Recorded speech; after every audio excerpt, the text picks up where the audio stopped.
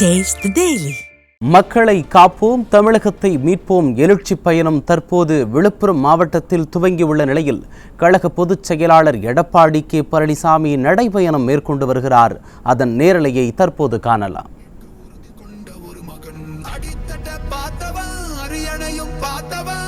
புரட்சி தலைவி வழி புலியனவே நடந்தவன் வாழ வைக்க சீறி வந்த திருமகன் கலப்ப புடிச்சு மேல ஏறி வந்த தலைமகன் வாழ வைக்க சீறி வந்த திருமகன் கலப்ப புடிச்சு மேல ஏறி வந்த தலைமகன்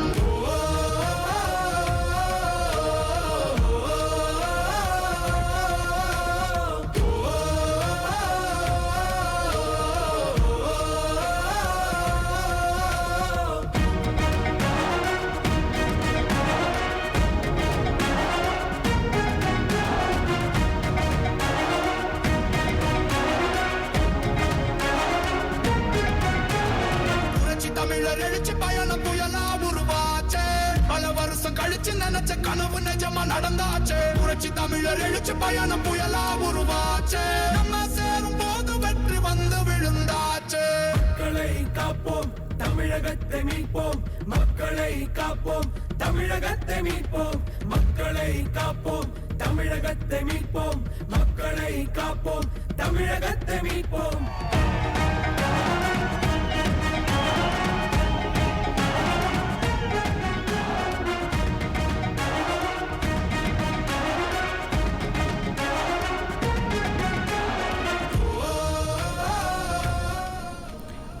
கூடுதல் விவரங்களை வழங்குவதற்காக தலைமை செய்தியாளர் ஜெயக்குமார் இணைப்பில் இருக்கிறார். வணக்கம் ஜெயக்குமார், விவரங்களை பதிவு பண்ணலாம். வணக்கம் கண்ணதாசன். அனைத்து இந்திய அண்ணா திராவிட முன்னேற்ற கழகத்துடைய பொதுச் செயலாளரும் சட்டமன்ற எதிர்கட்சி தலைவரும் முன்னாள் முதலமைச்சருமான புரட்சி தலைவர் எடப்பாடி கே பழனிசாமி அவர்கள் தற்பொழுது விழுப்புரம் மாவட்டத்தில் இருக்கக்கூடிய பழைய பேருந்து வருகையிலிருந்து தற்பொழுது நடந்து வந்து கொண்டிருக்கிறார். மக்களோடு மக்களாக அலைகடல் என திரண்டிருக்கக்கூடிய மக்கள் கூட்டத்திற்கு மத்தியிலே அனைத்து இந்திய அண்ணா திராவிட முன்னேற்ற கழகத்துடைய பொதுச் செயலாளர் புரட்சி தமிழர் எடப்பாடி கே பழனிசாமி அவர்கள் மக்களை காப்போம் தமிழகத்தை மீட்போம் என்ற எழுச்சி பயணத்தினுடைய 3வது நாள் அந்த சூறாவளி சுற்றுப்பயணத்தை தற்போது தொடங்கி இருக்கிறார்கள். விழுப்புரம் மாவட்டமே மக்கள் தலைகளாக காட்சியளிக்கிறது. எங்கு பார்த்தாலும் பெண்களும் ஆண்களும் ஏராளமாக திரண்டு உற்சாகமான வரவேற்பு அளித்துக் கொண்டிருக்கிறார்கள். அனைத்து இந்திய அண்ணா திராவிட முன்னேற்ற கழகத்துடைய பொதுச் செயலாளர்கள் விடுதலிலிருந்து வெளியே புறப்பட்டு அருகே இருக்கக்கூடிய மாரியம்மன் கோயிலில் சாமி தரிசனம் செய்தார்கள். சாமி தரிசனம் செய்ததனுடைய தொடர்ச்சியாக தற்போது பழைய பேருந்து நிலையத்திலிருந்து பிரதான சாலை இருக்கக்கூடிய பகுதி வரை மக்களோடு மக்களாக தற்போது நடந்து சென்று கொண்டிருக்கிறார்கள். செல்லும் இடங்களெல்லாம் ஏராளமான பெண்களும் இளைஞர்களும் இங்கு இருக்கக்கூடிய மக்களும் திரண்டு அந்த உற்சாகமாக அவரை பார்க்க வேண்டும், அவரிடம் பல்வேறு கோரிக்கைகளை அளிக்க வேண்டும் என்பதை தொடர்ந்து அவர்கள் வலியுறுத்தி கொண்டிருக்கிறார்கள். அந்த காட்சியை நாம் பார்த்துக் கொண்டிருக்கிறோம். அனைத்து இந்திய அண்ணா திராவிட முன்னேற்ற கழகத்துடைய பல்வேறு மக்கள் நல திட்டங்கள், குறிப்பாக பெண்களுக்கு வழங்கப்பட்ட பல்வேறு திட்டங்களை எல்லாம் இன்றைக்கு வரவேற்றிருக்கிறார்கள். அந்த வரவேற்று அவர்கள் பேசியிருக்கிறார்கள். தற்போது ஆளுகை திமுக அரசு கரும்பு விவசாயிகளுக்கு இழைக்கப்பட்ட துன்பங்கள் குறித்து தமிழ்நாடு, அதாவது முண்டியம்பாக்கம் கரும்பு விவசாயிகள் சங்கம், அதே போன்று தமிழ்நாடு நீர்நிலைகள் விவசாயிகளுடைய சங்கம், தமிழ்நாடு சட்ட விழிப்புணர்வு விவசாயிகள் சங்கம் என அனைத்து விவசாயிகள் சங்கங்களுடைய ஒருங்கிணைப்பு தலைவர்கள், அந்த உறுப்பினர்கள் அனைவருமே நேரடியாக வந்து இன்றைக்கு அந்த தனியார் விடுதியிலே அனைத்து இந்திய அண்ணா திராவிட முன்னேற்ற கழகத்துடைய பொதுச் செயலாளர் புரட்சி தலைவர் எடப்பாடி கே பழனிசாமிகளை சந்தித்து கோரிக்கை மனு ஒன்றை அளித்தார்கள். அந்த மனுவிலே திமுக அரசு குறிப்பாக கொள்முதல் விலையை கூட தங்களுக்கு உயர்த்தி தருவதாக வாக்குறுதி அளித்துவிட்டு இன்றைக்கு உயர்த்தி தரவில்லை. இதனால் நாங்கள் மிகப்பெரிய அளவில் நஷ்டம் அடைகிறோம். விவசாயிகளுடைய வேதனை தண்ணீராக இருக்கிறது. பச்சை துண்டு போட்டுக் கொண்டு போட்டோ ஷூட் நடத்துகிற ஸ்டாலினுக்கு எங்களுடைய கண்ணீரும் எங்களுடைய துயரமும் எங்களுடைய வேர்வையுடைய கஷ்டமும் தெரியாது என்று அவர்கள் அதிமுகவுடைய பொதுச் செயலாளர் புரட்சி தமிழர் எடப்பாடி வலியுறுத்தினார். குறிப்பாக விழுப்புரம் மாவட்டத்தில் இருக்கக்கூடிய முண்டியம்பாக்கம் சென்னை செம்பேடு ஆலையில் இருக்கக்கூடிய கரும்பு விவசாய சங்கத்தினுடைய தலைவராக இருக்கக்கூடிய பாண்டியன், செயலாளர் ஆறுமுகம், அதே போன்று பொருளாளர் பரமசிவம் உள்ளிட்ட அந்த நிர்வாகிகள் அனைவருமே இந்த கோரிக்கை மனுக்களை அளித்திருக்கிறார்கள். அந்த கோரிக்கை மனுவிலே 5 ஆண்டுகளாக கரும்பு விவசாயிகள் ஆட்பற்றாக்குறை காரணமாக சொல்ல முடியாத துயரத்திற்கு ஆட்பட்டிருக்கிறோம். ஒருபுறம் அந்த கரும்பில் வரக்கூடிய பூச்சிக்கள் காரணமாக பயிர்கள் சேதமடைந்து கரும்பு விவசாயம் பாதிக்கப்படுகிறது. மறுபுறம் பேரிடர் காரணமாக இது பெருமழையால் கரும்பு விவசாயம் பாதிக்கிறது. மற்றொரு பகுதியிலே கொள்முதல் விலையை முறையாக வழங்காத காரணத்தினால் நாங்கள் பாதிப்படைகிறோம். அதே போன்று அந்த ஆளுகிற திமுக அரசு விவசாயிகளை பற்றி எந்த கோரிக்கை வைத்தாலும் அது பற்றி தெரிந்து கொள்வதில்லை, அது பற்றி புரிந்து கொள்வதில்லை என்ற வேதனையோடு அவர்கள் பதிவு செய்வதை நம்மால் பார்க்க முடிகிறது. அதே போன்று நாளைய கால இடைவெளியில் அகலப்பார் முறையில் அந்த கரும்பு இயந்திரங்களை கொண்டு அறுவடை செய்யக்கூடிய விவசாயிகளுக்கு 200 ரூபாய் மானியமாக வழங்கப்பட வேண்டும் என்பதை அவர்கள் கோரிக்கையாக வைத்திருக்கிறார்கள். அனைத்து இந்திய அண்ணா திராவிட முன்னேற்ற கழகத்துடைய பொதுச் செயலாளர் புரட்சி தமிழர் எடப்பாடி கே பழனிசாமி அவர்கள் முதலமைச்சராக இருந்தபோது மக்களுக்காக வழங்கப்பட்ட விவசாயிகளுடைய பாதுகாவலராக குடிமராமத்து நாயகனாக செய்த திட்டங்கள் தான் நாங்கள் நினைத்து பார்க்கிறோம். இன்றைக்கு இருக்கக்கூடிய அரசு எங்களுக்கு எதையும் நினைத்து பார்ப்பதற்கோ அல்லது செய்வதற்கோ இயலாத ஒரு அரசாக இருக்கிறது என்பதை அவர்கள் தெரிவித்திருக்கிறார்கள். தேசிய வேளாண்மை அபிவிருத்தி திட்டத்தின் கீழ் கரும்பு விவசாயிகளுக்கு வழங்கப்படக்கூடிய மானியம், அதாவது செதில் பருவ கரும்பு நாட்டு நடவு செய்யக்கூடிய மானியம், ஒரு பரு கருணைக்கு நடவு மானியமாக அகலப்பாறு காரைக்கால் திட்ட மானியம் வழங்கப்பட வேண்டும் என்பதை கூட இந்த அரசுக்கு பங்கு எடுப்பதற்கு கண்டுகொள்ளவில்லை என்பதையும் அவர்கள் தெரிவித்திருக்கிறார்கள். குறிப்பாக 80 மீட்டர் இடைவெளி கரும்பு ஏற்றுக்கள் செல்லக்கூடிய வாகனங்கள் தேசிய நெடுஞ்சாலைகளிலாக மடாலம் கரும்பு ஆலைக்கு செல்லுகிற போது அங்கே ஆண்டுதோறும் விபத்துகள் அதிகமாக நடைபெறுவதாகவும், எனவே விவசாயிகள் விரும்பும் ஆலைக்கு கரும்புகளை அனுப்புவதற்கும் அது போன்ற ஒரு நடவடிக்கையை மேற்கொள்ள வேண்டும், நீங்கள் வலியுறுத்த வேண்டும் என்று அவர்கள் கேட்டுக் கொண்டிருக்கிறார். அதாவது நீங்கள் ஆட்சியில் இருக்கிற போது குடிமராமத்து பணியால் நாங்கள் முழுமையான பயனடைந்தோம். விவசாயிகளுடைய தண்ணீர் மிகப்பெரிய அளவிலே சேதம் ஏற்படாமல், மிகப்பெரிய அளவிலே எங்களுக்கு பாதிப்பு இல்லாமல் நடவு செய்யப்பட்ட கரும்புகளை அறுவடை செய்தோம். இன்றைக்கு குடிமராமத்து பணிகள் என்பதை இல்லாமல் இருக்கிறது என்பதுதான் குறிப்பிடத்தக்கதாக இருக்கிறது. தொடர்ந்து இது போன்ற பிரச்சனைகள் இருப்பதாக அனைத்து இந்திய அண்ணா திராவிட முன்னேற்ற கழகத்துடைய பொதுச் செயலாளர் புரட்சி தமிழர் எடப்பாடி கே பழனிசாமி அவர்களும் கோரிக்கை வைத்திருக்கிறார்கள் என்பது குறிப்பிடத்தக்கது. குறிப்பாக தங்களுடைய ஆட்சியுடைய குடிமராமத்து பணிகள் சிறப்பாக நடைபெறும், பணிகளை பழைய முறையில் செயல்படுத்த வாழ்வாதாரத்தை உயர்த்துவதற்கு நீங்கள் 2026 உங்கள் ஆட்சி அமையும், அப்போது எங்களுடைய கோரிக்கைகளை நீங்கள் கனிவாக நிறைவேற்றி தர வேண்டும், நீங்கள் நிறைவேற்றி தருவீர்கள் என்ற நம்பிக்கை இருக்கிறது. அனைத்து இந்திய அண்ணா திராவிட முன்னேற்ற கழகம் 2026 ஆட்சி கட்டிலே அமர்வது உறுதி என்று விவசாயிகள் மகிழ்ச்சியோடு தெரிவித்திருக்கிறார்கள். அந்த மனுவை வாங்கிக் கொண்டு உங்களுடைய கோரிக்கைகள் கருணையோடு நாங்கள் பரிசீலிப்போம்.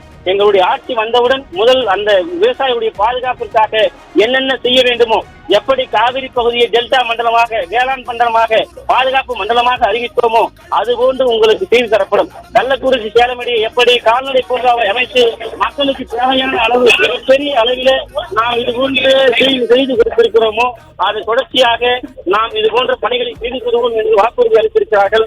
குறிப்பாக அனைத்து இந்திய அண்ணா திராவிட முன்னேற்ற கழகத்தை அந்த தமிழ்நாடு விவசாயிகள் நீர்நிலை பாதுகாப்பு சங்கத்தைச் சேர்ந்த முக்கிய நிர்வாகிகள் சந்தித்திருக்கிறார்கள். தமிழ்நாடு அதாவது சட்ட விழிப்புணர்வு விவசாயிகள் சங்கம் சந்தித்து மனு அளித்திருக்கிறார்கள்.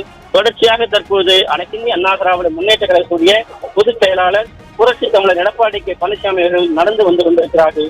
அந்த காட்சிகளை நாம் பார்த்து கொண்டிருக்கிறோம். மக்களோடு மக்களாக, மக்களுடைய பாதுகாவலராக, விவசாயிகளுடைய பாதுகாவலனாக, அதே போன்று குடிமராமத்து நாயகனாக, ஏழைகளினுடைய விடிவெள்ளியாக இருக்கக்கூடிய அனைத்து இந்திய அண்ணா திராவிட முன்னேற்ற கழகத்துடைய பொதுச் செயலாளர் புரட்சி தமிழர் எடப்பாடி பழனிசாமி இன்று விழுப்புரம் மாவட்டத்திலே நடந்து சென்று வந்து கொண்டிருக்கிறார்கள். அங்கு இருக்கக்கூடிய மக்கள் அனைவரும் தங்களுடைய ஏற்படுகிற குறைகள், திமுக அரசுடைய மக்கள் விரோத செயல்கள் என அனைத்தையும் அவர்கள் கேட்டு வருகிறார்கள். வழிநடிகளும் உற்சாகமாக, குறிப்பாக பல்வேறு கலை நிகழ்ச்சி, கரகாட்டம், ஒயிலாட்டம், தாரை தப்பட்டி முழங்க பூரண கும்ப மரியாதையோடு அதிமுக பொதுச் செயலாளர் புரட்சி தமிழர் எடப்பாடி கே பழனிசாமி அவர்களுக்கு வரவேற்பு அளிக்கப்பட்டு வருகிறது. அந்த காட்சிகளை நாம் பார்த்துக் கொண்டிருக்கிறோம்.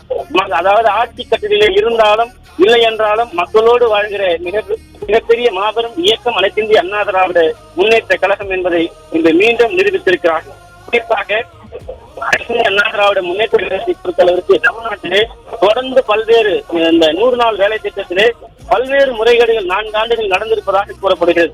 எனவே முறையான தணிக்கை நடத்த வேண்டும் என்று அவர்கள் கூறியிருக்கிறார். இந்த 100 நாள் வேலை திட்டத்தை விவசாய பணிகளுக்கு வழங்க வேண்டும் என்று தெரிவித்திருக்கிறார்.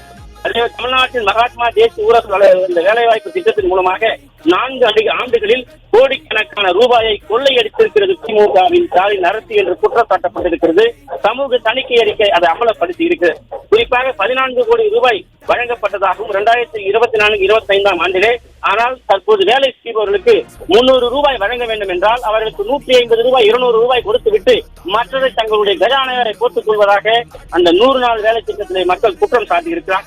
தமிழ்நாட்டிலே இருக்கக்கூடிய 50% குறைவான பஞ்சாயத்துகளில் தணிக்கை மட்டுமே மேற்கொள்ளப்பட்டிருக்கிறது. குறிப்பாக கோடிக்கணக்கான ரூபாய் சுற்றி இருப்பதாக குற்றச்சாட்டு இருந்திருக்கிறது. இதனால் பல்வேறு முறைகேடுகள் இதில் நடந்திருப்பதாகவும் இந்த திட்டம் பொருளாதார ரீதியாக பின்தங்கிய மக்களுடைய மேம்பாட்டிற்காக அவருடைய வளர்ச்சிக்காக இந்த திட்டம் கொண்டு வரப்பட்டது. அதனுடைய நோக்கத்தையே திமுக அரசு குழி தோண்டி புதைத்திருக்கிறது. குறிப்பாக அந்த மக்களுடைய வியர்வையை, அவர்கள் சிந்திய வியர்வைக்கு பலன் இல்லாமல் இந்த திமுக அரசு மாற்றி இருக்கிறது. ஏழை மக்களுடைய வியர்வையை கூட உறிஞ்சி குடிக்கக்கூடிய ஒரு அரசியல் கட்சியாக ஆளுகிற ஸ்டாலினுடைய அரசு இருப்பதாக குற்றச்சாட்டு முன்வைக்கப்பட்டிருக்கிறது. மேற்படி பல்வேறு நடவடிக்கைகள் மேற்கொள்ளப்பட்டாலும் கூட தொழிலாளர்களுடைய முன்னேற்றம், அதே போன்று தமிழ்நாடு அரசு பல்வேறு முறைகேடுகளை தடுக்க வேண்டும். மீதம் இருக்கக்கூடிய நிதியையாவது உரிய முறையில் அந்த 100 நாள் வேலை திட்டத்திலே பணியாற்றக்கூடிய அந்த மக்களுக்கு வழங்க, அவர்கள் பெறுவதற்கு ஆவண செய்வதற்கு பல்வேறு கோரிக்கைகள் முன்வைக்கப்பட்டிருக்கிறது. தன்னுடைய போல் மட்டுமே பேசுவதை, ஸ்டாலின் போட்டோ ஷூட் நடத்துவதை விட்டுவிட்டு மக்களுக்கான ஒரு அரசாக செயல்படுவதற்கு ஒரு திரும்பையாவது கிள்ளி போட வேண்டும். பொய்யை மட்டும் புகழ்ந்து கொண்டால் போதாது, உண்மையை உரைக்க வேண்டும். அப்போதுதான் அரசு என்பது ஒரு உயர்ந்த நிலைக்கு செல்ல முடியும் என்பதை ஆளுகிற வர்க்கம் புரிந்து கொள்ள வேண்டும். ஸ்டாலின் அவர்களே, நீங்கள் முதல் மாணவனாக வெற்றி பெற்றதாக பறைசாற்றிக் கொள்கிறீர்கள். ஆனால் மக்கள் மத்தியிலே மதிப்பெண் பட்டியலில் உங்களுடைய ஆட்சி கடைசி இடத்தில் 0வாக உள்ளது என்பதை நீங்கள் உணர வேண்டும். தமிழ்நாட்டு மக்கள் உங்களை ஆட்சிக்கு தேர்ந்தெடுக்கின்ற மாற்றத்திற்காக நீங்கள் என்ன செய்தீர்கள் என்று கேட்கிற அளவிற்கு 520 வெற்று வாக்குறுதிகளை பொட்டியில் போட்டு பூட்டி வைத்துள்ளீர்களா என்று மக்கள் கோபப்பட்டு கேட்கிற அளவிற்கு உங்களுடைய ஆட்சி இன்றைக்கு நிலை இருக்கிறது. உயர்கல்வியில் பெண்களுடைய சேர்க்கை 27% அதிகரித்ததாக கூறுகிறீர்கள். ஆனால் வேலைவாய்ப்பு பொருளாதார வளர்ச்சியிலே தமிழ்நாடு பின்தங்கி இருக்கிறது. மாணவர்கள் வேலைவாய்ப்பு இல்லாமல் பல்வேறு நிலையிலே தொழிலாளர்கள், விவசாயிகள் பல துயரத்தில் இன்றைக்கு ஆளாக்கப்பட்டிருக்கிறார்கள். கொரோனா காலத்தில் அதிமுக ஆட்சி மக்களுக்கு உதவியது. முல்லை பெரியாறு குடிநீர் திட்டம், மதுரை மாவட்டத்தில் 76 கோடி செலவிலே மக்களுக்கு நேரடியாக நன்மை பயக்கக்கூடிய பல்வேறு திட்டங்களை செய்து கொடுத்திருக்கிறது. குறிப்பாக மின்கட்டண உயர்வு, வரிச்சுமை மக்களை பெருமளவில் பாதிப்படைந்திருக்கிறார்கள். குறிப்பாக இந்த ஒரு மாணவனை வைத்து விளம்பரம் தேடிக் கொண்டு இருக்கிறீர்கள். 99 மாணவர்கள் வாழ்க்கை என்னை பார்க்கிறீர்களா முதல்வரே என்று மக்கள் கேட்கிறார்கள். அந்த ஒரு மாணவரை போல பல இளைஞர்களை உங்கள் ஆட்சிக்கு உருவாக்கக்கூடிய வாய்ப்பு இல்லை, தெம்பு இல்லை, திராணி இல்லை. அதையும் நீங்கள் மறந்து விட்டீர்கள் என்று மக்கள் குற்றச்சாட்டை முன்வைக்கிறார்கள். மக்களுடைய நம்பிக்கை பெற உங்களுடைய செயல்கள் இல்லை என்பதை இந்த 4 ஆண்டு கால ஆட்சியே சாட்சியாக இருக்கிறது. எனவே மக்களை காப்போம், தமிழகத்தை மீட்போம் என்கிற அந்த உன்னத வார்த்தைகளோடு புரட்சி தமிழருடைய எழுச்சி பயணம் தொடங்கி இருக்கிறது. விழுப்புரம் மாவட்டமே மக்கள் தலைகளாக தொடர்ந்து 1 கிலோமீட்டருக்கு மேலாக நடந்து வந்து கொண்டிருக்கிறார். சாலையினுடைய இருமருங்கிலும் அலைகளென திறந்திருக்கக்கூடிய மக்கள் அந்த சென்று கொண்டிருக்கக்கூடிய அந்த காட்சிகளை நாம் பார்த்து கொண்டிருக்கிறோம். அனைத்து இந்திய அண்ணா திராவிட முன்னேற்ற கழகம் என்பது வெற்று வார்த்தைகளால், வசப்பு வார்த்தைகளால் போடுகிற வேஷம் அல்ல. மக்களோடு மக்களாக களத்தில் நின்று செய்கிற மிகப்பெரிய ஒரு இயக்கம், மக்களுக்காகவே செயல்படுகிற மாபெரும் இயக்கம் என்பதை நீங்கள் புரிந்து கொள்ள வேண்டும். குறிப்பாக அனைத்து இந்திய அண்ணா திராவிட முன்னேற்ற கழக ஆட்சியிலே பல்வேறு திட்டங்கள் விழுப்புரம் மாவட்டத்திற்கு கொண்டு வரப்பட்டிருக்கிறது. புரட்சி தலைவி ஜெயலலிதா அம்மா அவர்களுடைய பெயரால் இங்கே பல்கலைக்கழகம் தொடங்கப்பட்டது. அரசியல் காழ்ப்புணர்ச்சியால் அதனை நீங்கள் மூடுவிழா கண்டிருக்கிறீர்கள். குறிப்பாக அந்த பல்கலைக்கழகம் மீண்டும் அதிமுக அரியணை ஏறியதும் திறக்கப்படும் என்று அனைத்து இந்திய அண்ணா திராவிட முன்னேற்ற கழகத்துடைய பொதுச் செயலாளர் புரட்சி தமிழர் எடப்பாடி கே பழனிசாமி அவர்கள் தெரிவித்திருக்கிறார். விழுப்புரம் மாவட்டத்திலே முதல்வராக ஆவதற்கு முன்பால் எதிர்கட்சியாக இருக்கிற போது ஸ்டாலின் அவர்கள் கொடுத்த வாக்குறுதிகள் நிறைவேற்றப்படவில்லை என்று மக்கள் பொங்கி எழுகிறார்கள். விழுப்புரம் மாவட்டத்திலே காகித தொழிற்சாலை கொண்டு வரப்படும் என்று சொன்னீர்கள், எங்கே என்று கேட்கிறார்கள். 4 ஆண்டுகளை கடந்துவிட்டது, 50 மாத ஆட்சியை கடந்து விட்டீர்கள். ஆட்சி முடிய போகிறது, ஆனால் காட்சிக்காக கூட இன்னும் ஒரு செங்கல்லை எடுத்து வைக்கவில்லை நீங்கள் என்று வேதனை தெரிவித்திருக்கிறார்கள். அதே போன்று மலட்டாறு பகுதியிலே 5 இடங்களில் தடுப்பணை கட்டப்படும் என்று சொன்னீர்களே, 50 மாதம் முடிந்து விட்டது, எங்கே மலட்டாறு தடுப்பணை என்று மக்கள் கேட்கிறார்கள். விழுப்புரம் ரிங் ரோடு பகுதியிலே குறிப்பாக ரிங் ரோடு அமைக்கப்படும் விழுப்புரம் மாவட்டத்திலே என்று கூறினீர்கள். அந்த ரிங் ரோடு எங்கே, ஒரு ரிங்கு கூட இந்த பகுதிக்கு கிடைக்கவில்லை என்று வேதனை தெரிவித்திருக்கிறார்கள். பலவனூரில் பேருந்து நிலையம் அமைத்து தரப்படும் என்று சொன்னீர்கள், அதற்கான சுவடு கூட இங்கே இல்லை. இன்றைக்கு தமிழகத்தினுடைய பாரம்பரிய கலை நிகழ்ச்சிகள், குதிரை ஆட்டம், அதே போன்று புலியாட்டம், மயிலாட்டம், கரகாட்டம், ஏராளமானவர் இங்கே அந்த தங்களுடைய பாரம்பரிய கலை நிகழ்ச்சிகளை அந்த பாரம்பரிய கலைஞர்கள் எழுச்சியோடு நடத்தி கொண்டிருக்கக்கூடிய அந்த காட்சிகளை நம்மால் பார்க்க முடிகிறது. அதே போன்று சாலமேடு ரயில் மேம்பாலத்திலே கட்டித்தரப்படக்கூடிய ரயில்வே மேம்பாலம் கட்டித்தரப்படும் என்ற வாக்குறுதி அளித்தீர்கள், இதுவரை கட்டித்தரப்படவில்லை. அதிமுக ஆட்சியில் விழுப்புரத்தில் கொண்டு வரப்பட்ட டைட்டில் பார்க் ரயில் பார்க்கை புதுச்சேரி ஒட்டிக்கொண்டு சென்றதால் மாவட்டத்தில் தொழில் வளர்ச்சி முற்றிலுமாக முடங்கி போய்விட்டது. ஏராளமான இளைஞர்களுக்கு வேலைவாய்ப்பு தருவதாக ஒரு புறம் தம்பட்டம் அடிப்பதும், மேலை போட்டு போட்டோ ஷூட் நடத்துவதும், விளம்பரம் செய்வதும், இதுபோன்று மறைமுகமாக இங்கு வரக்கூடிய தொழிற்சாலையை வேறு மாநிலத்திற்கு மாற்றிவிட்டு தமிழ்நாட்டில் இருக்கக்கூடிய இளைஞர்களுக்கு வேலைவாய்ப்பை உருவாக்கி தராத ஒரு அரசாக ஸ்டாலினுடைய அரசு இருக்கிறது என்பதை வேதனையோடு தெரிவித்திருக்கிறார். அதிமுக ஆட்சியில் பாதாள சாக்கடை திட்டத்திற்கான பணிகள் முழுமை பெறவில்லை.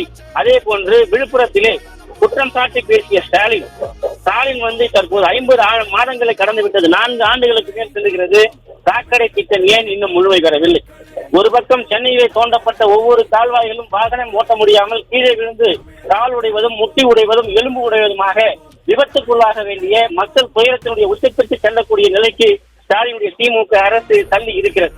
இந்த நிலையிலே பாதாள சாக்கடை திட்டம் முறையாக செயல்படுத்த முடியாமல் ஏரிகளை அழித்ததே ஸ்டாலினுடைய ஆட்சி நிர்வாக பெருமையாக இருப்பதாக குற்றம் சாட்டியிருக்கிறார்கள். விழுப்புரம் நகரம் முழுவதும் சாலைகள் குண்டும் குழிகளாக, மரண குழிகளாக பல்லிழுத்துக் கொண்டிருக்கிறது. குறிப்பாக அதிமுக ஆட்சியில் 50 கோடி ரூபாய் மதிப்பீட்டில் பசுமை நகராட்சியாக விழுப்புரம் நகரம் மாற்றி கொடுக்கப்பட்டது. ஆனால் திமுக ஆட்சி எங்கு பார்த்தாலும் குப்பை கோபுரங்களாக, குப்பை ஆட்சியாக இருப்பதாக மக்கள் குற்றம் சாட்டியிருக்கிறார்கள். இதனை கண்டித்து அதிமுக பல்வேறு போராட்டங்களை இங்கே முன்னெடுத்திருக்கிறது. குறிப்பாக வடக்கு மண்டல தளபதியாக அனைத்து இந்திய அண்ணா திராவிட முன்னேற்ற கழகத்துடைய நாடாளுமன்ற உறுப்பினர் முன்னாள் அமைச்சர் சி வி சண்முகம் அவர்கள் தொடர்ந்து பல்வேறு போராட்டங்களை இந்த திமுக அரசை கண்டித்து தோலுறுத்தி காட்டியிருக்கிறார். அப்போது கூட ஸ்டாலினுடைய அரசு எந்த கோரிக்கையும் செவிசாய்க்காதது குறிப்பிடத்தக்கது. அதே போன்று விழுப்புரம் நகராட்சியிலே மக்கள் நல பணிகளுக்கான டெண்டர் முறையாக அறிவிக்கப்படவில்லை.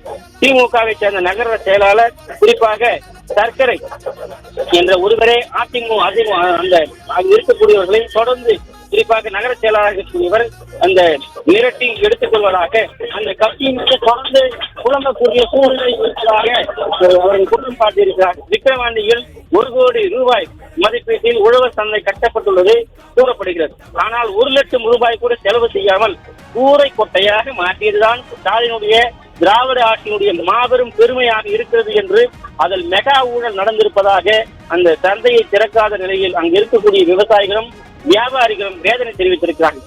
நந்தன் கால்வாய் திட்டம் செயல்படுத்த பல்வேறு முயற்சிகளை அனைத்து இந்திய அண்ணா திராவிட ஆட்சி முயற்சி செய்தது. ஆட்சி மாற்றம் ஏற்பட்டது. திமுக அரசு அமைச்சர்கள் எம்எல்ஏக்கள் இது குறித்து பேசி மட்டுமே வருகிறார்களே தவிர மக்களை ஏமாற்றுவதையும் அவர்கள் நோக்கமாக வைத்திருக்கிறார்கள் தவிர அந்த திட்டத்திற்கான அறிவிப்புகளை வெளியிடுவார்கள் என்று எதிர்பார்க்கிறார்கள். ஆனால் ஒன்றும் இங்கு நடக்கவே இல்லை. அறிவிப்பு தொடர்ந்து ஏமாற்றி வருவதாக குற்றச்சாட்டு முன்வைக்கப்பட்டிருக்கிறது. இப்படி பல்வேறு நெருக்கடிகளுக்கு மத்தியிலே விழுப்புரம் மாவட்டத்தை தள்ளியிருக்கக்கூடிய இந்த ஸ்டாலினுடைய ஆட்சியிலே மிகப்பெரிய துயரம் என்னவென்றால் இந்த மாவட்டத்தை சேர்ந்தவர் ஒரு அமைச்சர் தனது பதவியை இழந்ததுதான் ஸ்டாலினுடைய திராவிட மாடலுடைய லட்சணம் என்று எழுந்திருக்கக்கூடிய இங்கே கூடியிருக்கக்கூடிய மக்கள் பல்வேறு குற்றச்சாட்டுகளை முன்வைத்திருக்கிறார்கள். அனைத்து இந்திய அண்ணா திராவிட முன்னேற்ற கழகம் ஆட்சியிலே மக்களுக்காக செய்யப்பட்ட திட்டங்களை இவர்கள் ஒருவர் கூட சிந்தித்து பார்க்கிற அளவிற்கு இவர்களுக்கு திராணி இல்லை, தெம்பு இல்லை, துணிவில்லை என்று குற்றம் சாட்டுகிறார். இங்கு இருக்கக்கூடிய அதாவது அனைத்து இந்திய அண்ணா திராவிட முன்னேற்ற கழகத்தின் ஒவ்வொரு நிர்வாகிகளும் மக்களுக்காக பல்வேறு திட்டங்களை செய்ய வேண்டும், முனைப்போடு செயல்படுத்த வேண்டும் என்கிற ஒரு உன்னத நோக்கத்தோடு இருக்கிறார்கள் என்பதை நாடறியும். ஆனால் இன்றைக்கு மக்கள் விரோத அரசாக இருக்கக்கூடிய ஸ்டாலினுடைய திமுக அரசு குறிப்பாக அவருடைய அமைச்சரவையில் இருந்த திமுக அமைச்சர் பொன்முடி தனது அமைச்சர் பதவியை இழந்திருக்கிறார். ஏனென்றால் அவர் அளவுக்கு அதிகமாக சொத்து சேர்த்திருப்பதாகவும், அளவுக்கு அதிகமாக மண் அள்ளி விற்பனை செய்திருப்பதாகவும், தனிமை வளத்தை சுரண்டி இருப்பதாகவும் அவர் மீது பல்வேறு வழக்குகள் பதியப்பட்டு விழுப்புரம் மாவட்டத்தில் இருக்கக்கூடிய அமர்வு நீதிமன்றத்தில் நடைபெற்ற வழக்கு உயர்நீதிமன்றத்திற்கு மாற்றப்பட்டு தொடர்ச்சியாக வழக்கு நடத்தப்பட்டு அவர் குற்றவாளி என்று நிரூபிக்கப்பட்டது. அவருடைய மகனும் இந்த வழக்கிலே சம்பந்தப்பட்டிருக்கிறார். அவர் அமைச்சர் வருமான வரித்துறை சோதனை நடத்தியது, அமலாக்கத்துறை சோதனை நடத்தியது. தொடர்ச்சியாக அந்த பதவியை அவர் இழந்திருக்கிறார். அதே போன்று தொடர்ச்சியாக இந்த விழுப்புரம் மாவட்டத்திலே பல்வேறு குற்றச்சாட்டுகள் அவர்கள் மீது முன்வைக்கப்பட்டிருக்கிறது. குறிப்பாக அரசியல்வாதிகள் நீதிமன்றத்திற்கு செல்ல வேண்டும் என்பதை யாரும் எதிர்பார்க்க மாட்டார்கள். ஒரு அமைச்சரே நீதிமன்றங்களின் படிகளை தினந்தோறும் ஏறுகிறார் என்றால் அது திமுகவை சேர்ந்தவர்களாகத்தான் இருப்பார்கள். குறிப்பாக சைவ வைணவ சமயங்கள் குறித்து அருவருப்பான அறுக்கத்தக்க விதத்திலே சைகை காட்டி பேசிய ஒரு படித்த அமைச்சர், திமுகவை சேர்ந்தவர், தற்போது அமைச்சர் பதவியை இழந்திருக்கக்கூடியவர். அவர் பேசியிருக்கிறார். இது ஒட்டுமொத்தமாக சைவ வைணவ சமயங்களைச் சேர்ந்த மக்கள் மத்தியிலே மிகப்பெரிய வேதனையை, அதிர்ச்சியை ஏற்படுத்தியது. நீதிமன்றம் தாமாக முன்வந்து திமுக அமைச்சர் பொன்முடிக்கு குட்டு வைத்தது.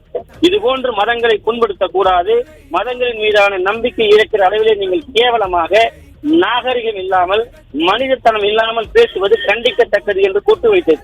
அதே போன்ற நில அபகரிப்பு வழக்கு 1996-2000 காலகட்டத்திலே அரசு போக்குவரத்துறை அமைச்சராக இருந்த பொன்முடி சென்னை சைதாப்பேட்டை நீதிமன்றம் பின்னர் ஸ்ரீநகர் காலையிலே விநாயகர் கோயில் எதிரே இருக்கக்கூடிய சுமார் 3630 சதுரடி கொண்ட பரப்பளவு கொண்ட அரசு புறம்போக்கு நிலத்தை போலி ஆவணங்கள் மூலம் மாமியார் சரஸ்வதி பெயருக்கு பட்டா மாற்றம் செய்திருப்பார் என்றும், அதே போன்று காலி நிலத்திலே 35 லட்சம் ரூபாய் செலவில் கட்டிடம் கட்டியது தொடர்பாகவும் தமிழ்நாடு லஞ்ச ஒழிப்புத்துறை அப்போது பொன்முடி மீது வழக்கு பதிவு செய்தது.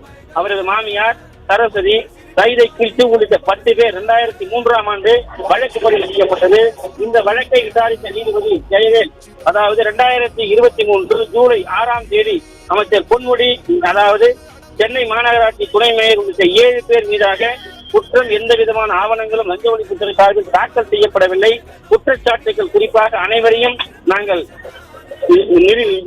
நிருபம் செய்ய வேண்டும் என்கிற மிகப்பெரிய அளவிலே அந்த தாக்கல் செய்யப்பட்டிருந்தது.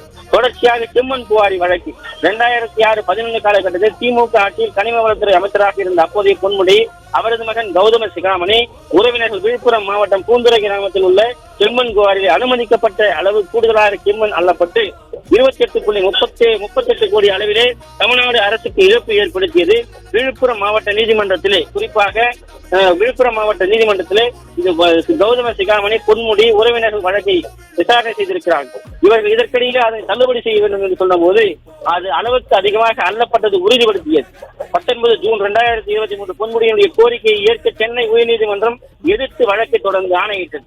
ஜூலை 26, 2024 அமலாக்கத்துறை செம்மன் புகாரி முறைகேடு தொடர்பாக பொன்முடி மற்றும் அவருடைய குடும்பத்தினர் மீது 14.21 கோடி ரூபாய் மதிப்பீடான சொத்துக்களை முடக்கியது. அப்படிப்பட்ட ஒரு அமைச்சர் சொத்து குவிப்பு வழக்கிலே இன்றைக்கு அமைச்சர் பதவியை இன்றைக்கு விழுப்புரம் மாவட்டத்தில் இழந்த பெருமை திமுகவிற்கு உண்டு. ஆனால் இன்றைக்கு திமுகவினுடைய கோட்டையாக இருந்த இந்த கூறிக்கொண்டிருந்த இங்கிருந்தவர்கள் எங்கு இருக்கிறார்கள் என்று தெரியவில்லை. இன்றைக்கு அனைத்து இந்திய அண்ணா திராவிட முன்னேற்ற கழகத்துடைய கோட்டையாக விழுப்புரம் மாவட்டம் மாறி இருக்கிறது.